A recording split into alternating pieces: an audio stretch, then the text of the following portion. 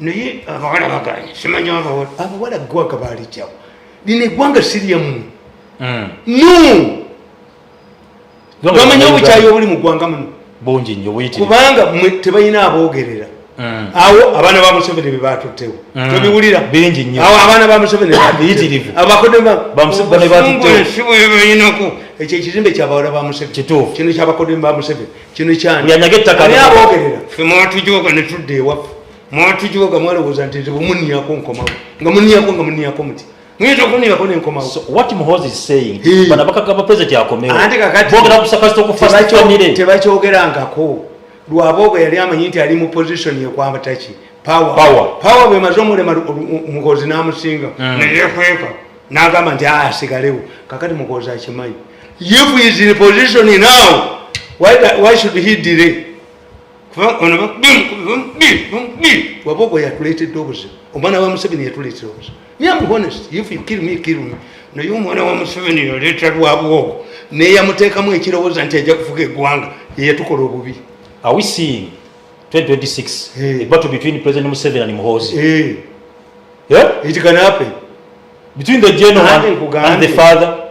Me, I'm a realist. When I analyze Muhoozi, bamukoze ebintu bingi.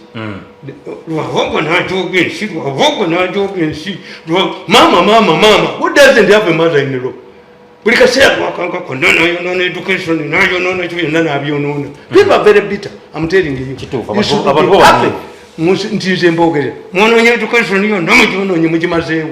People are bitter, baboogerako bubi. Abaana bammwe baliwo. Tujamugana okogezi nze alinzita every maggot will be paid for by a member of the family. Ekyokulemba tetujja kutuula kintu nga tulaba. Kati Muhoozi naye munyiivu ku lwabwogo. Amukubye amuwabidde mu kooti amugye mu magye. You think Muhoozi wanted to retire from the army? Museveni amubikkirira. Amuwadde oba genda kulya ssente n'agenda South Africa n'agenda luddawa. Muhoozi is a bitter man like me about lwabwogo. Okay. The question is lwabwogo. How Museveni has repeated lwabwogo. Nze nabaweereza ne mbagamba. Abasajja soogera nabo. Mbaweereza message. Bali baleese ne Natasha ne mbaga ebyomusaaga. Mumuleete. Mubaka lwadduke. Bali abantu baliwo n'obajoogera ddala. Ne mbagamba mukole ekintu kimu. Museveni akkirize lwabwogo ajjeyo obwenyi. Yes. Ayigire mu leesi. Lwabwogo adduke. Ategeere nti tewali amwagala ku muggwanga. Lwabwogo is the most hated person in Uganda. Even Kony can defeat Lwabwogo. Bwengamba bwenti nti Kony can defeat Lwabwogo hands it down. Kony ono yatabana. Kony akuba Lwabwogo ku ttaka. Lwabwogo is a paper tiger. Abo bano bantu. Musajja ng'omugayaganya ku kintu. Nkugambye Kony yatabana. Lwabwogo cannot defeat Kony. Lwabwogo cannot defeat Kony. Lwabwogo cannot defeat Kony. Bwengamba nti nno. He is hated. Talina mu government ne muba nze. Nganda kuteeka ddala ne twambalagana bwe tutika ddala nange mukuba ekigo. Nange nkuba Lwabwogo ekigo. Bwengamba nti nno ne bwakateekamu amakulira Lwabwogo mukuba ekigo. Kuba president nti Lwabwogo avuganye nange mukuba ekigo ku ttaka. Tomusobola tolina ssente. Nkugambye bazisonda nga yaggyeyo omutwe. Kyobula bayagala bya parliament. So Muhoozi has been angered. Bwengamba nti nno mwawagira mu 2026. Mufuusa opposition eri Muhoozi. Nze ndi mukazi musiraamu. Akola atya? Omukazi omusiraamu alinda bba n'afa. Kati ani avunaana gundi ku lusungu? Ani avunaana ku lusungu? Omukazi omusiraamu. Nze ndi mukazi musiraamu. Alinda bba n'akola ki? N'afa. N'atuula hiddayo bweggwako. Bamukeberera sikaano oba aliseemu olubuto oba taliseemu. Nange bwendi.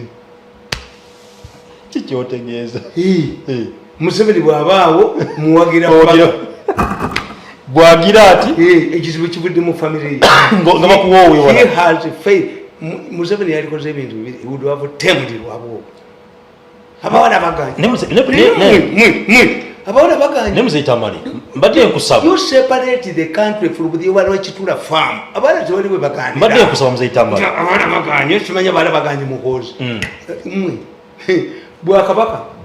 Mzee Tamale. Mbadde nkusaba. Mugenda okudduka emisinde. Weegatte ku Muhoozi. No. How hated you are. Omuntu yekka alina support mu family ya Museveni. Sara agiina. Muhoozi agiina. Abasigadde tebalina. Weegatte ku Muhoozi. oyogera na Uganda bili abiri mu kalugire omugaga ayingira n'ebintu by'abantu ono kiwanuka ajoga abalamuzi abakubira amasimu abantu bali aba mu family ya Museveni who can protect Museveni retirement is Salande Muhoozi but bakodumi bali hated bayingira ne mu butono bayingira ne mu buntu bakuta where is the tulageyo factory e functioning obulungi eya kalugiro be yamu eyalwabo atono omukomulala abantu bamuyina akubuzibu yeba muyitani oyo gondi yani oyo abantu bamuyina akubuzibu mwana wange naye kalugire nilwabo bali hated nekiwanuka ate kiwanuka baba tula meeting sibula kiwanuka yo kwatiro wanu nga taduse kiwanuka ngambe ambulele yabaluse bubi kiwanuka yo kiwanuka kukwatira wanu bali majja kudduka mzee Tamale yo kakati ekyenkunyenyedo nekyo kinyo okugamba nti Muhoozi yes ategedde nti lwabwogo omanyi waliwo bwotuuka omuntu Muhoozi biba mukozi byetumanyi ne byetutamanyi tasobola basonyiwa kati yakitegedde as long lwabwogo nga nakubya obutambibwa eyavumanga sezaala weti akaddiye kati bwamaze okutegeera nti Muhoozi atekinza upper lwabwogo leyekweka mwana mumuzeeyi mubazzukulu kalwebamba kali kazeka amwe get way to kabok you will get way to your knickers ewamu bakuwangula kawala gwe bakuwangulira ddala nebakubira ddala bijozi mzee Tamale todala mukwogera mu you will get way to one you will get way to your knickers oyine kintu kyogamba nti you are a realist yes kati awo nga realist njalo organizing ensonga eno one oyogedde ku basajja nga General Salim Sale yes tuyinawo omukulu General Kayindo Tafiire abasajja balina power mu ggwanga lino Muhoozi ambition ze zonna zaalina basozi tukizanga bakulu abo tebasazeewo anti kiri bwe kiti a generation comes abamisani bajja wano Africanization naye tukyalina omumisani omuzungu revolution yekula one of the features of a mature revolution is a handover nti Otafiire ajja kukiringinga ku power always nti tuli awo nti bali baleetaali okimanyi Otafiire yatta MK project anti kyenkubuulira ye yagita ne financial death yes anti talina interest gundi baali babwadde sente bateeke etteeka mu parliament naye temusobola kukiringinga ku ggwanga omwana Muhoozi n'akula nga omwana muto oli minisita n'atuuka ku bwajjeno ng'era okyali minisita gwe tolitayalinga ng'olinda ki Are you down playing Gundi? No, Otafiire. I talked to him. But Museveni yalina strategy. Nti strategy yalimu. How can I control abasajja bana abakambwe nina babeeza mu magye ne batalityalinga waliwo omusajja bamuyita George Kavuwa Italian unification ye bwe yajja kyobola nti nange oyo Lwabogo yali alowooza this man must come to my unit gwe nalaba ng'oyina engatto eyalumu nti nga mu family yaffe mulimu ssente mwijoge nti nzije mbafu family tiwanuka ntole nekiwanuka yalemesa ekizimbe kyange ne Kalugire nga ye ssente ze yazitwala situlika ekyokwanza nali kigenda kutulika kumbafu atano ku bisago nange munjogamu muyinza okunjoga emyaka 10 ngimazeewo family yange nebona nga Lwabogo alowooza mbu I have a project mbu ndimuwagiraku nze siwagiraku nebwavuganya n'enkobe nga tugenda mukuma kyemaze okulaba oli bwoti oli nyeeno nene nze nkugambye Museveni Muhoozi tosalawo anti wulira eneddire eneddire eya President Museveni yuko Museveni yeyongerayo the political landscape will change the most conducive environment for Muhoozi now kuba in normal circumstances Muhoozi ategedde nti kati Lwabogo amuyinako apakandi naye Muhoozi ekirabika ekimunyiiza Museveni tannakuba Lwabogo kumumalirawo ddala Lwabogo is buying time yamuwadde sente naye leero Lwabogo nze amwenyabwenyeza okuva musesa usi ye mukoddomi omuwadde sente ezo mpadde ki mulaba agamba amakampuni gani sirina makampuni kuba ffe tulimbwa nina okukoma nze siriddamu gavumenti ya Museveni tova ku sirigiddamu tukomaoga myaka 10 tukyagenda mu singa nina nekenyambala singa zino nzambala tovaawo family yaffe singa n'obunyabunya Museveni has not handled the matter properly.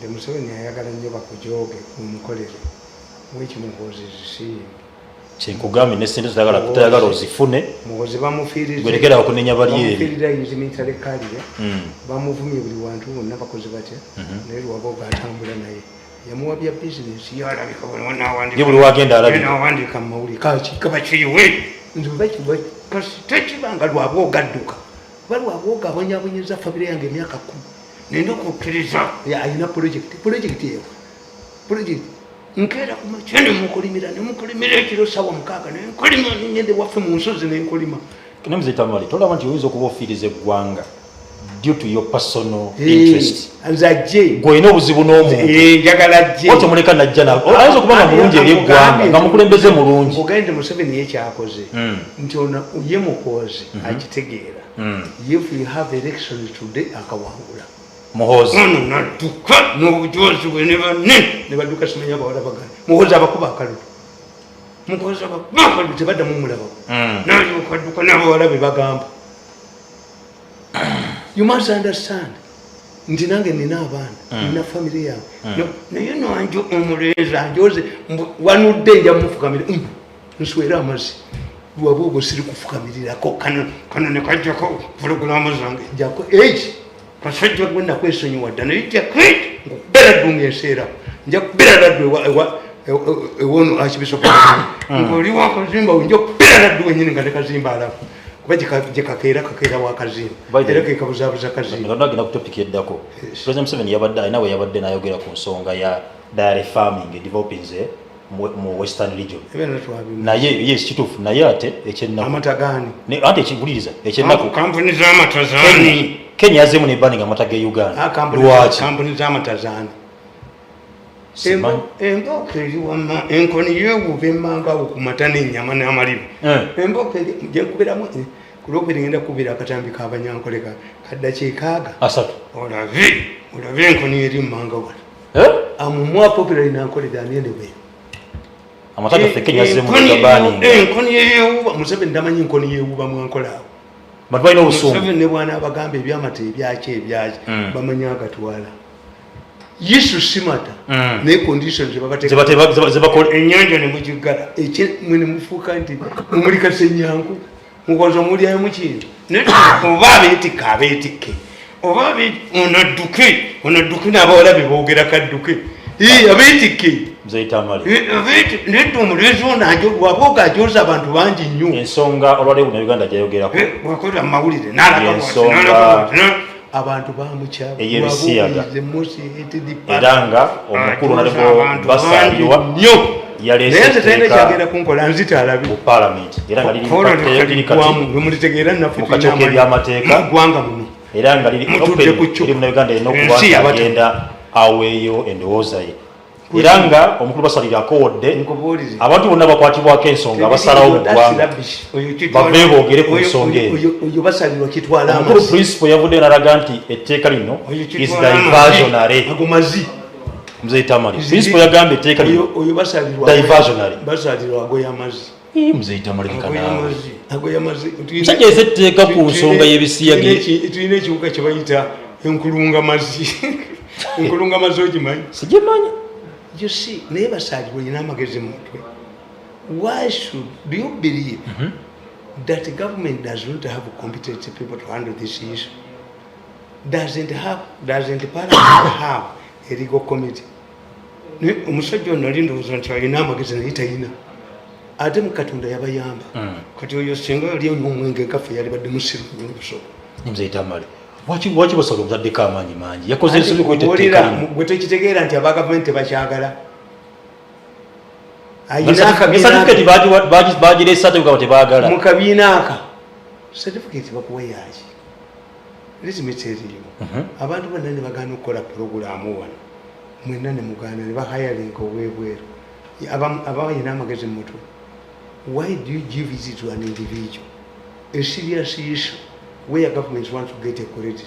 Never sorry, or musiru oswaziza abasoka bagezi nnyo okuja basaliro yalabika manya basoka balina mu abala mu jesi manyi n'abaji basaliro baswali simugezi Tamale kali nkwewo. It can be money. Nkwewo. So ere sette. Let me tell you. Ino ensomuzo ogumala eggwanga lya. I tell you. Oze wa Mirundi. Abaana be bonna baganya okulya emmere. Gweno gati olubalu jja mweteeka. Nakunyonyola muzi. Omusajja ono oli muyita omugezi naye si mugezi si musoga manya basoga balina abanyoli abalamugi abaki noyo alabika oba avaawa bali aba gavumenti bonna ekintu ebakigaana gavumenti yandibadde etetteeka naye amateeka gonna n'eryansireko nalino gavumenti gonna egepena baliteze sente sajja lyabeene ne balitega sente mwe temusobola kumala kunganza emyaka 10 omukana ninyiridde sente zange nazikwata nakola kina naye banemeddewo Tamale bonna bakuba nemeddewo omuko atanina kubuzi yono omulala buli lwasande era bwatula nababaga nti omusajja oyo musajja abakolera buli lwasande Tamale wuliriza buli lwasande eggwanga lyonna litwakola programu eyo era bakuwuliriza ebigambo bulungi wuliriza katono nnyo you are here ogamba nti etteeka ne lyaleeteddwa gavumenti teryagala kyolaga ensi gavumenti teryagala kuyita obusiyazi bwamala okuwamba Europe ne mu palamenti mwonna ne bayisa palamenti za Europe zonna same sex marriages bazikiriza which means nti mutemusobola kyobalaba nti abagezi bonna kati oyo bamukozesa nga bwe bakozesa oyo bakati namba 2 oyo musajja talwanyisa bisiyaga naye bamutaddewo alwanisaaki terijja nakuyitamu nga liyitamu litya ate liriyo ekyaligano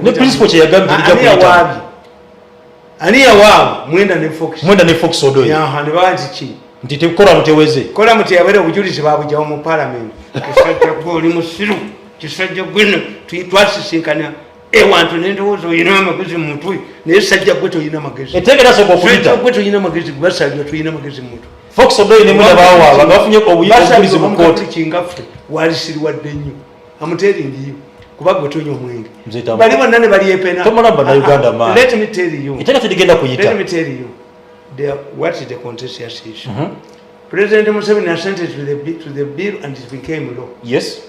Who went to court? Mwenda. Did you see the government side defending?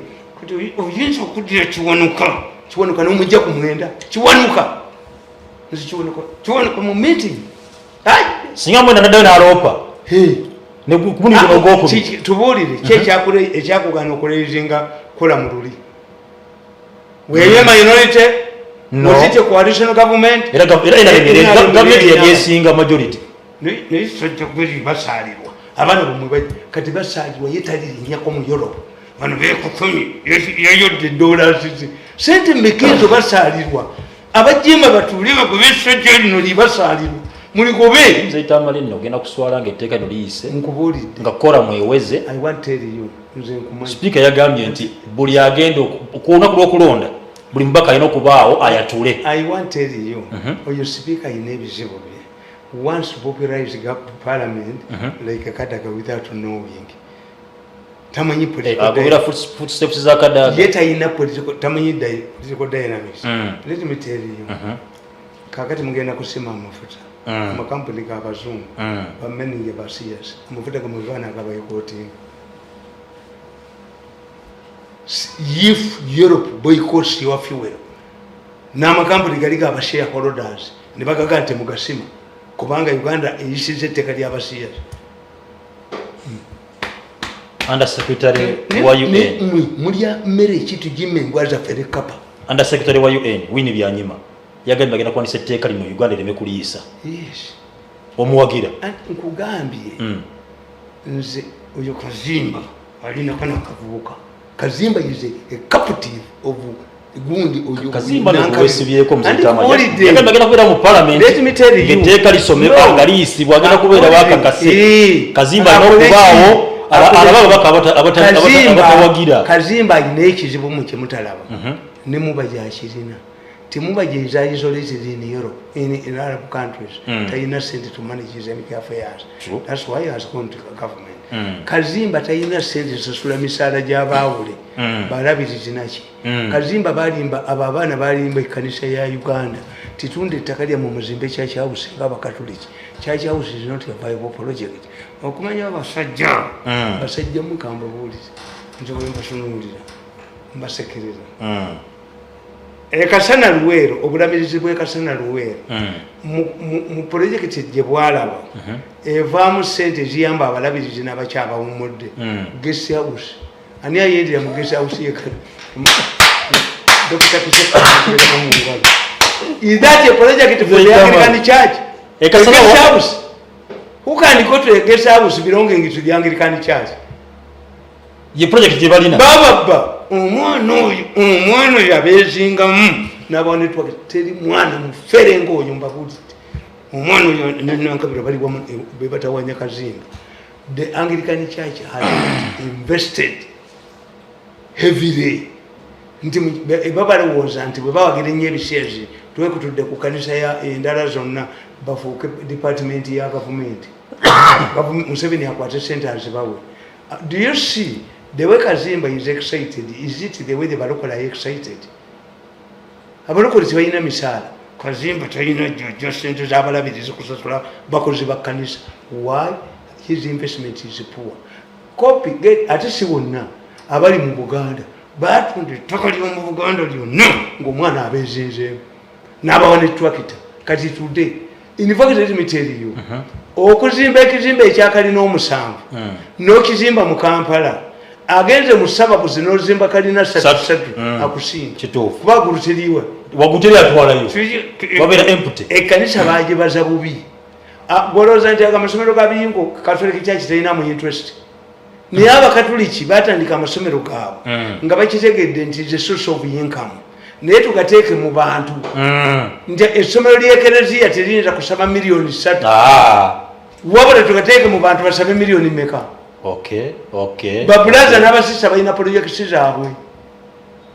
Era obwavu ekkanisa enjavu Kazimba gyakulembera eri mu Buganda be baatunda ettaka lyabwe bakiseka wonna ng'omwana abeezinzeemu nenankabirwa Mzee Tamale etika terigenda kuyita ne bwe linaayita how many kati neryayita eryansereko bakakwata yani erya secretarian bakakwata yani. What amazes me is that when you calculate ebbanga lyonna parliament eno lyemaze isiza mu kyamagezi ki olaba omusajja Ssenyonyi. What type of brain do you have? Ssenyonyi naga nti eddwaliro lya State Council eryali swapped n'entaganda nga Sebagala yaliwo nti tuddemu tuliteeseeko. Ssenyonyi nawe oli muntu nawe oli emmere. Ssenyonyi oli emmere. You are exhuming. One, do you know why Parliament is discussing all these issues? Baba leeta buleesi tebasobola kuteesa biri current. Kati tushe nti bakola. How can you talk about some kijambo eyaliwo emyaka 15 egiyise kolezi gwe n'omuyita mu Parliament? What are you discussing? How relevant? How relevant? Mu kifo ky'okudda eddwaliro ly'erubowa nemusajja you Parliament infu is a dead Parliament. Is a dead Parliament. Baba abateekayo. Me I don't blame the Speaker. Speaker talina mugaso. One presides over the session. Naye Nabanja, head of government business nabano nti you call on Ntaganda to talk about edwali ogomanyiwe liri edwali lya State Council lyaberanga ku NASA nebaganti bali wanyisemu abazimbiremu eddala nti yazeko Ssenyonyi n'engalabi kubanga bino abitya. Ssenyonyi basooka muga talina buyigirize. But why don't you ban? Why does it Museveni help us to dissolve Parliament? Military ejjo Parliament tusigale nga tetulina baba gye ban emyaka emeka because they are taking our money for nothing. Tubena military government.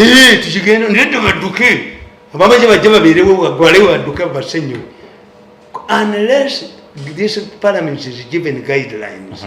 Tina Jiraga. Kubanga we imagine you are talking about a former Kampala City Council hospital. gye bajjawo emyaka 20 mabega ne bakkiriziganya n'abaaliwo ku Sebagala time Kijambo yali tawunikira gwe Ssenyonyi gwe nonkima ewange nga nze Kijambo nonkima mbakuba amasasi ewange uliita ki why do you discuss why do you exhume bodies when there are patients who need drugs why do you talk about the Kampala State Hospital not kati sente bazitaddemu ezitawula eryerubo bazitaddemu zitizaalako who took that money Ssenyonyi who took that money? Money was paid ne muzibba kati bataddemu mugundi bataddemu ezero zoze batadde kosesa simanyi kosasa luli yali park no we cannot allow this no amaji gakakireko olunaku olumu etololiko parliament olubega ne speaker alinyako olubega omubaka wa parliament ngabana badduka n'empale kazibawandika they are wasting our time omanye ekyaleeta French Revolution. What brought the French Revolution was that the parliament in Paris was discussing useless things. As a result, people waited for people to solve the issue. King appointed a man called Roland, but the king undermined Roland. How many ministers of finance who got over here never food? Kubanga ekyuma ekibeeko kireka mu motoka enkadde ate bwekiri yes ate balugolobi balidde ku ssente za politics anoonya constituency kakati obalaba nti amabaati bwe bagappa baconsultinga constituency zaabwe yes kakati obalaba nti obwabukedde n'ababukedde nkeera bakolimira nembakubine obusenge nekulya miliyoni 10 kyebabana kati olaba gwe bukedde kyava akuba segundi akuba iba lwakiyande mumuyita nnyo Sebagala yani sonya nani omulala Segirinyi kakati kasajja gwaka bukedde kankubuulire kasebbowa bw'okuba mbwakaagala kubana komwekali sebbowa ne ziri baggwa ne kayiira you must be connected mu crime. That's why tebaagala Segirinyi awoze kati mulwadde nnyo ayina genda bweru mbwabulireyo nedda sebbowa bajja kwogera wali linnya lyatu noyitira Kisunku noyingira Tanzania kubanga bukedde lirinkiti era nakugamba nti akakasajja bwe batta gundi kagezi kavayo nekagamba n'obugalo bingi bwako bweka nekagamba nti I've launched a fund to help kadiverting bayisa makerere era ako n'obugalo bingi bwako era kajja kekakubanga abantu akakasajja kakabusenga nekulubi kakati the issue is ne bwantu kakati ne bwomunamulaga nga ali bwati abasawo abakugu bategeera ebyo babiteeka kwafaanana atya kano kasebbowa kuti kalina magezi kalowooza mbu bw'okuba gundi Segirinyi ali bubi nti gavumenti emukiriza agende ebweru abulireyo kikutegeera akasajja mwekali kasebbowa akabukedde mwekali of all prisoners why do you pick Segirinyi mwekali obusajja bwabukedde obuferebende mwebuli n'obwa monitor kyokola tibwagala musango okoleki kikutegeerera nti the people who are behind this Segirinyi are very powerful. Segirinyi tebaga nti avunaanibwe kati baga nti mulwadde nnyo obanga mulwaddesinga afa yafe oba kayiira yafa gavumenti netavaako ne bakwata Bukenya anti obusajja bwa bukedde bwobugamba nti bukange gavumenti naye Segirinyi ombaka w'abantu nomulafiira mu kkomero ombaka w'abantu bamukutirwa gundi nabagambye nti I praise Besigye on this issue. Whenever Besigye is arrested, goes to court and challenges the government. Kituufu. Waliwo ne yagenda nabaga sijja kudda. Takiza mu politics, agenda mu mateeka. Besigye baga sijja kudda. Besigye bagamba ko sigenda kukola ki? Sigenda kudda. Ne bamuwa beeru n'akanti ezo siziina. Kituufu. Ngenze ruzira. That's the man. Freedom fighters are released from courts of law, not negotiated deals. Our principle wetumukiriza yagamba teri byakola ki? Byakuteesa. Segirinyi ajje mu kabuli. Segirinyi ajje mu kabuli. Obusajja bwabukedde bukwatibwe nabwo mwebuli.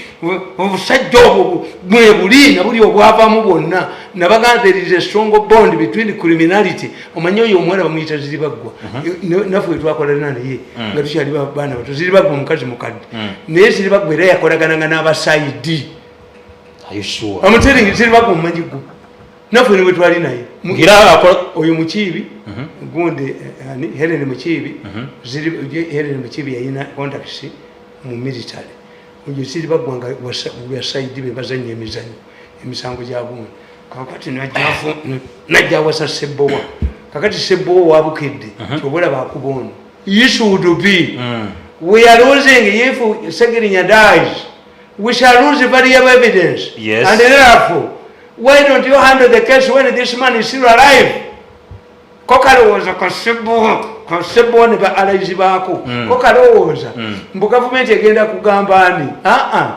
if this man is very important nga Segirinya ali very important mu musango we can even get a lawyer many doctor a team of doctors from Europe because it's not weather Segirinya's problem is not that he's allergic to Ugandan weather no the Segirinya's problem is health why don't we get experts from Nayenga wali wano Nayenga wano wali Ssebbowa wano Segirinya atwayingira aboogere Ssebbowa akwogere ne banno bwemudiri bukedde bwatiringa mu criminality okitegedde nti the argument I like Besigye whenever you take Besigye to court omenye nti Besigye bagamba yaga nti basibe mu kkomera naye banominating kabeere mu kkomera okola naga nti yes Besigye should be nominated in prison naye nga ye okola asalidde Museveni amagezi nti omusajja ne bwa mukwano wange otafiire ekifaananyi tekyamuwangula nga oyo kapiteni yali kahonda nga ali mu kkomera very dangerous ettiimu gye bajjemu omuzanyi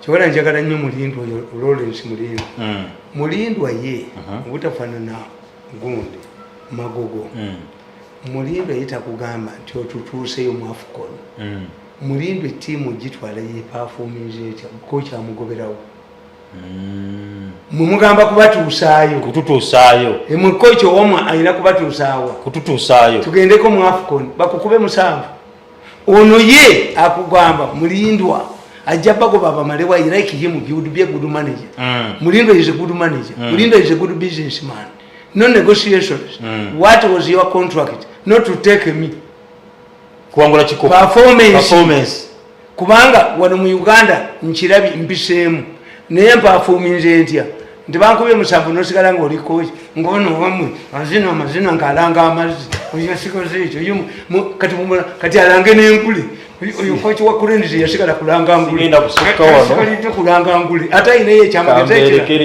oyo kochi wa Kurenizi you are watching the chronic thank you for always representing us even during hard times like in bad weather we appreciate what has remained to do is what advertise it on ozina n'amazzi ozina wawangudde mupira kibawangudde ngozi ozina n'amazzi n'azina kakati mugambe